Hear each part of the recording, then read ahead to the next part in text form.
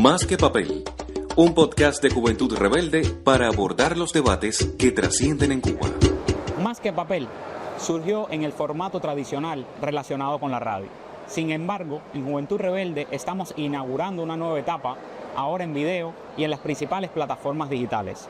Y para relanzar nuestro podcast, hemos aprovechado el espacio que nos brindó el primer Festival Internacional Granma Rebelde, donde invitamos a personalidades de la política, la cultura y el periodismo. Acompáñenos en estos capítulos iniciales, donde podrá conocer de temas que le preocupan a usted y a todos nosotros. Para nosotros es un honor tener en Más que Papel a Katiuska Blanco. Gracias. Bienvenida. Gracias. La obra de Katiuska incuestionablemente es vital en la historia de este país, porque ella estuvo muy cercana a nuestro Fidel. Y Katiuska, hoy por la mañana, aquí en el festival, primer Festival Internacional Granma Rebelde, tuvimos el panel Fidel en la prensa. Yo quisiera que usted le trasladara un poco a nuestros televidentes, nuestros oyentes, ¿qué experiencia significó este panel en el marco del festival? Bueno, realmente primero fue una oportunidad maravillosa para traer las historias de muchos periodistas que pudieron presenciar las capacidades en nuestro oficio de Fidel, en el diálogo con ellos, en la preparación de los materiales, en la manera de enfocar los asuntos, en darse cuenta desde el inicio de la importancia que tenía el oficio de la palabra, como lo llamó García Márquez en un trabajo maravilloso que escribió sobre Fidel y sobre su capacidad de discursar y de hablar, de convencer. Y es que en la raíz de todo esto está también la idea del comandante de que el periodismo no puede ser otro que el periodismo revolucionario, porque él hace el periodismo, trabaja dentro de las letras precisamente para difundir, para explicar, para razonar, porque como yo decía por la mañana, él estaba convencido de que la sociedad socialista, que es una sociedad emancipada, que se supone es una sociedad en la cual las personas deben ser partícipes y protagonistas de las transformaciones. Y ellos son los posibles si las personas tienen conocimiento, si las personas tienen una convicción profunda, porque de lo que se trata es también de desafiar, como él mismo dijo en el concepto de revolución, poderosas fuerzas internas y externas que pueden llevar a que los que desarrollamos esas luchas tengamos que hacer grandes sacrificios. Eso solo se puede hacer desde la conciencia política, desde la conciencia revolucionaria, desde la información de los asuntos, desde el conocimiento profundo de la realidad. Y ello era lo que él propiciaba con su ejercicio periodístico, que de alguna manera es también su ejercicio de luchador, de combatiente, porque no podemos separar una cosa de la otra. Cuando, por ejemplo, desarrolla su alegato, la historia de Nelson, verá que fue la segunda oportunidad en que Fidel se hizo su propia defensa. La primera había sido ante un tribunal de urgencia en la antigua provincia de Las Villas, en Santa Clara. Lo hace no solo con el propósito de denunciar, sino que lo hace también para que haya un conocimiento mayor y una comprensión de por qué van a la lucha, cuáles son las razones de hacer todo lo que se propusieron, qué propósitos, qué perspectivas tenían los revolucionarios en ese momento, pensando en atacar en Moncada, por ejemplo. Otra cuestión de la que pudiéramos decir que estaba muy relacionado con su deseo de expresión, de comunicación, era también el hecho de que esa comunicación y esa expresión fuera a las esencias, no se tornara repetitiva, no fuera algo en lo que al final una idea se vaciara de contenido y se repitiera mecánicamente. Por ejemplo, una vez yo recuerdo mucho que me preguntó, ¿qué piensas tú del ataque al cuartel Moncada? Y casi prácticamente cuando yo empezaba a balbucear la respuesta, él me dice, no me vayas a decir que fue el motor chiquito que echó a andar el grande. Esa expresión es una expresión de él, que tiene detrás toda una explicación. política, social y eso. Pero él se había percatado de que lo que se enseñaba muchas veces era la frase, y que esa frase sin una explicación, sin conocer por qué se decía eso, era como repetir un eslogan o algo así sin que hubiera una profundización en la idea. Y entonces, bueno, a partir de ahí también presencié una visión crítica de él sobre lo que habían hecho en el cuartel Moncada, cómo habían programado las cosas, qué habría hecho él mejor y qué no habría hecho si hubiera tenido más experiencia. Todas esas cosas él las analizaba de manera muy, podemos decir, muy honesta consigo mismo, pero también con la gente, y de manera también muy profunda. Así como tampoco olvidaba el papel de la épica en los asuntos que él abordaba, porque, por ejemplo, sabía que uno de los soldados batistianos que había luchado contra ellos en el cuartel, después había abandonado las filas del ejército batistiano y se había incorporado a la lucha revolucionaria. Y ese combatiente, que fue un combatiente valioso y terminó siendo un mártir de la revolución, incluso disparaba con el arma más poderosa y con más potencia de fuego que había en la Sierra Maestra, que era la ametralladora 50, y siempre les decía a los soldados: aquí está Curunú, el que los conoce a ustedes. Y sin embargo, la historia anterior de Curunú no se conocía mucho. Él decía que por respeto a las madres de los caídos en el Moncada, y le dolía mucho al cabo de muchos años la muerte de Curunú por un error de otro combatiente que no cumplió las órdenes que él le había dado, y tuvo lugar la batalla de Guisa por esa razón. Entonces, en todo esto, pudiéramos decir, el panel hablaba también de Fidel, un líder que escribió su historia, y es verdad, porque yo siempre digo que era como Balzac, que escribía y después revisaba una y otra vez lo que escribía. Era un perfeccionista, no solo del contenido y de la exactitud de la idea, sino también de la belleza con que se expresaban las ideas, del estilo con que las ideas se expresaban. Eso lo comprobé después, mucho tiempo después, también trabajando para el libro que hoy hablábamos. Ramonet mencionó la acuciosidad de Fidel, y yo decía, es que hubo una muchedumbre también de periodistas a los que él acudió para que lo apoyaran en revisar. Ahí estaban Aldín Rodríguez de Ribé, Randy Alonso, Rosa Miriam Elizalde, eran todos estrellas, digo yo. Wilmer Rodríguez Fernández, que era muy jovencito en ese momento.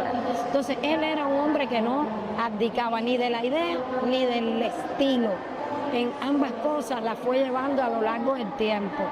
Y tuvo también tiempo largo de vida, pudiéramos decir, como para reflexionar sobre el cambios de matrices de opinión, cambios de herramientas de información, pero lo que eran los contenidos, siempre analizó muy bien los contenidos.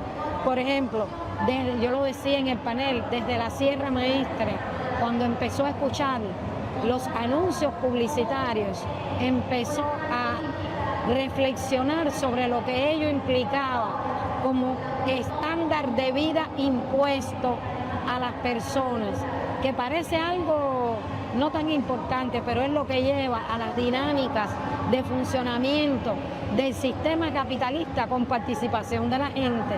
Y entonces él se cuestionaba todo eso, porque ello reflejaba que se creaban reflejos condicionados en las personas y se restaba a los seres humanos, que somos humanos y no animales, según se ha dicho a lo largo del tiempo, porque pensamos, se le restaba la capacidad de pensar a la gente. Y entonces esta reflexión empieza en la Sierra Maestra y termina de alguna manera con una puerta abierta para continuar reflexionando el 17 de noviembre de 2005, cuando en la universidad, en su famoso discurso, dice que no es lo mismo estar desinformado que tener reflejos condicionados y haber perdido la capacidad de pensar. Entonces, la capacidad de pensar está vinculada al ejercicio de esta profesión. Si usted no piensa, usted no se moviliza, usted no se articula, usted no entiende, usted no comprende, no es protagonista de la historia, en definitiva. Claro. Usted ha hablado de temas muy medulares en la respuesta que me ha dado. Y yo pensaba, por ejemplo, en términos como la capacidad de pensamiento crítico, la capacidad que se debe tener también para llegar a las esencias, usted lo mencionaba, que todo eso nos lo enseñó Fidel con su ejemplo a lo largo de su trayectoria de vida. En esta era digital, donde además se le está llamando la era de la posverdad, y como nos alertaba Ramonet en el encuentro reciente que hubo de los movimientos y partidos políticos de izquierda, la llegada de la inteligencia artificial está rompiendo con los moldes de la comunicación como la conocemos.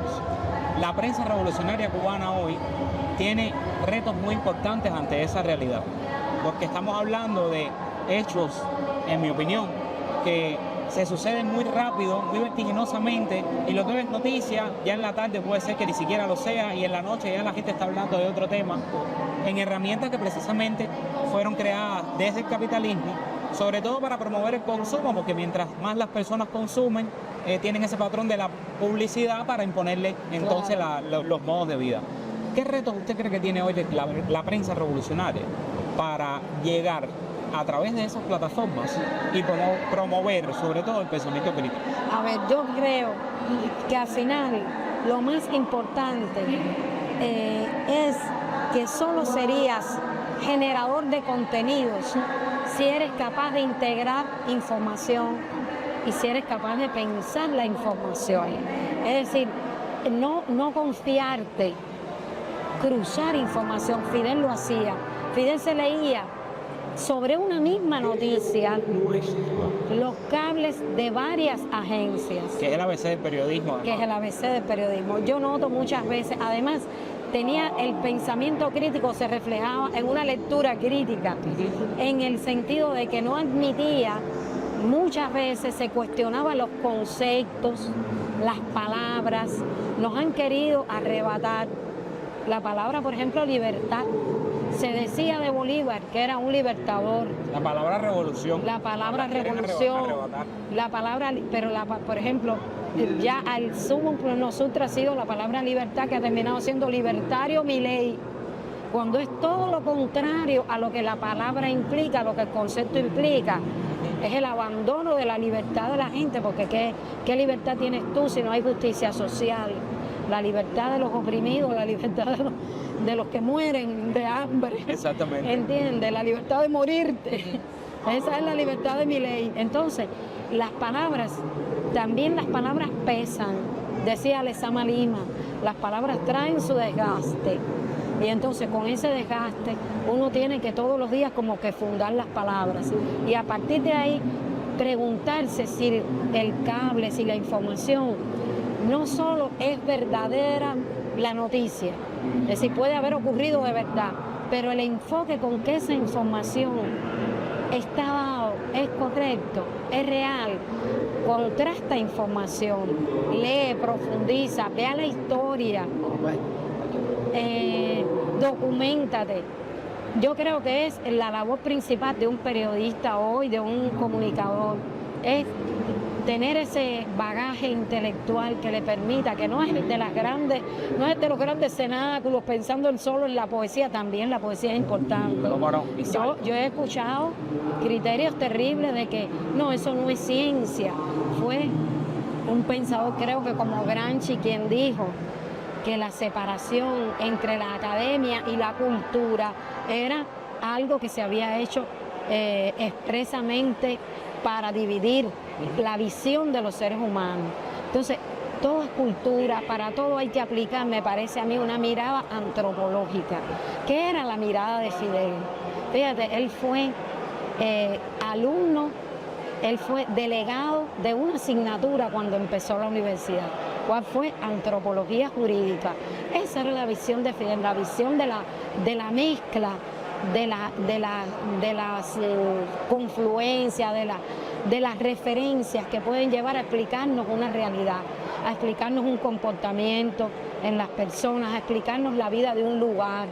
Y después eso lo ejerció también cuando, por ejemplo, yo decía el otro día, cuando en la guerra de guerrillas él va a reportar en un parte de guerra la primera batalla de las Mercedes.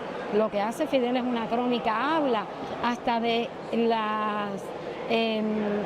los contenidos económicos, a qué se dedicaba económicamente ese pueblito, las Mercedes, cuáles eran sus pobladores, qué características culturales tenían. Todo eso lo da Fidel en un parte de guerra, retrata una población. ¿Por qué? Porque tenía ese enfoque integrador, que no solo tenía en cuenta una parte de la realidad, sino que tenía en cuenta todo lo que confluía en esa realidad. Hay historias de embajadores cubanos en países como en Bolivia, yo me acuerdo de Dausá, que Fidel le hace cantidad de preguntas, y una de las preguntas es sobre las truchas que se pescaban en el lago Titicaca, que cómo él podía dedicarse todo su esfuerzo a trabajar para un hospital que se iba a crear, pero no iba a conocer a qué estaban dedicados los que iban a ser los pacientes de ese hospital, en qué trabajaban, cómo vivían.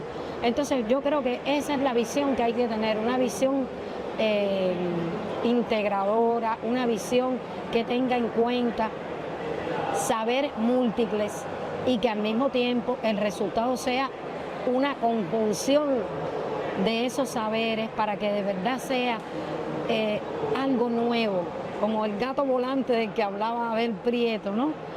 No es la mezcla mecánica, sino que es la mezcla que da lugar a un gato con alas, ¿no? Entonces, creo que ese es el papel del periodista, porque si no sería un mero repetidor o un mero cortador de cables o algo así, ¿entiendes?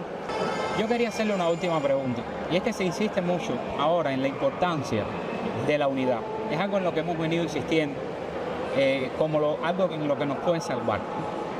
Y en eso precisamente es en lo que más, creo yo, ¿no?, o de las cosas que más trabajó Fidel. Logró reunir a los revolucionarios cubanos con una causa común. En estos tiempos, ¿qué tan importante, usted que trabajó con él, que conoció, qué tan importante cree que siga siendo ese concepto? No, ese concepto es vital. Sin unidad no sería posible avanzar. Sin unidad seríamos más débiles, seríamos vulnerables. Entonces, él lo sabía y por eso tejió desde lo profundo del alma nacional esa unidad. Lo hizo con sacrificio, con esfuerzo, conversando, dialogando, tratando de acercar posiciones también dentro del campo revolucionario, que no es ni uniforme, ni es monolítico en el sentido de que todo el mundo piense lo mismo. No, es un campo en el que cuando el cuarto congreso del partido se habló mucho de que el partido incluso era una plataforma. Como somos un único partido, tiene que ser una plataforma donde se puedan expresar los criterios, las opiniones. Es donde nosotros debemos tejer más todavía la unidad.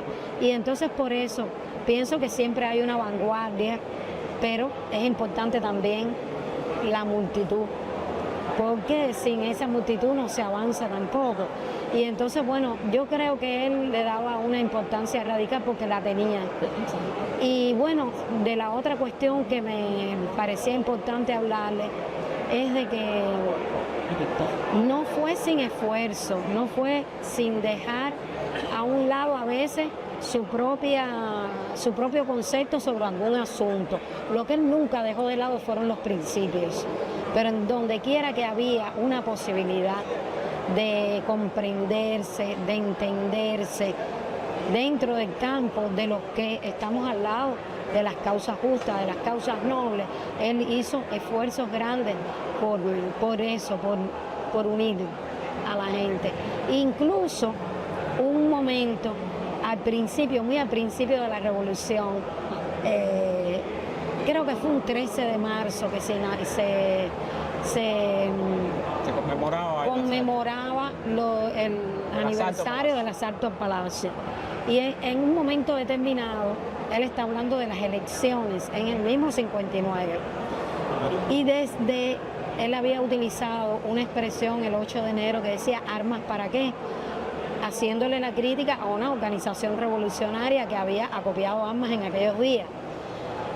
Y sin embargo, el 13 de marzo, cuando él está delante de las personas que lo escuchaban, cuando él empieza a hablar de las elecciones que iban a tener lugar, las personas empezaron a decirle, ¿elecciones para qué?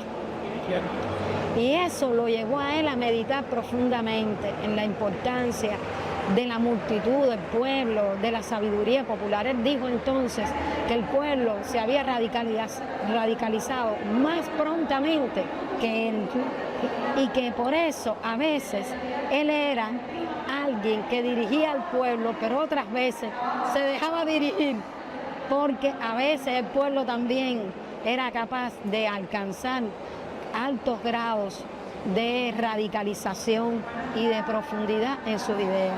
Y entonces, de ese diálogo es que él se convence en que lo que importaba en ese momento era hacer una revolución auténtica y profunda, y no tanto las elecciones, que la gente estaba cansada del viejo esquema electoral, de la politiquería tradicional, y que lo que importaba era hacer la revolución, que era lo que la gente quería. Y entonces, bueno, eso te expresa un poco también la capacidad de Fidel de tener esa visión también crítica hacia sí mismo, que le permitía estar siempre a la vanguardia.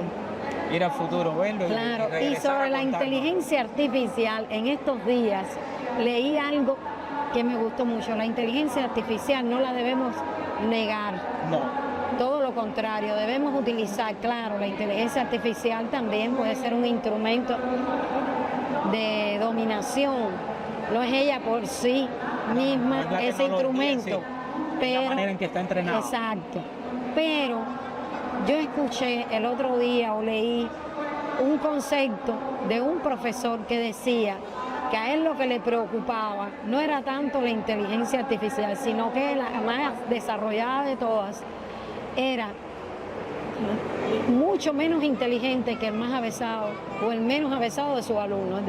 Decía la inteligencia natural. Y hay también algo que se ha estado publicando que dice: lo que nos preocupa no es tanto el avance de la inteligencia artificial, sino el retroceso de la inteligencia natural, que va en el mismo camino de que él decía que se había restado a los pueblos la capacidad de pensar, de obrar, a partir de mecanismos como la desinformación, en los medios hegemónicos a nivel global, la publicidad, que hace un daño tremendo.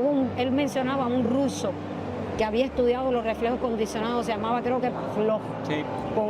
Y entonces él siempre hablaba de esa historia. El experimento que hizo Pablo con el perro y sonaba la campana y el perro babeaba y le pusieran o no comida. Que le pusieran o no le pusieran comida. Entonces, luchar contra eso, profundizar nuestra espiritualidad, irnos también a la contemplación y cuidado de la naturaleza. Todas esas cuestiones están en las respuestas humanas al peligro de perder la identidad humana.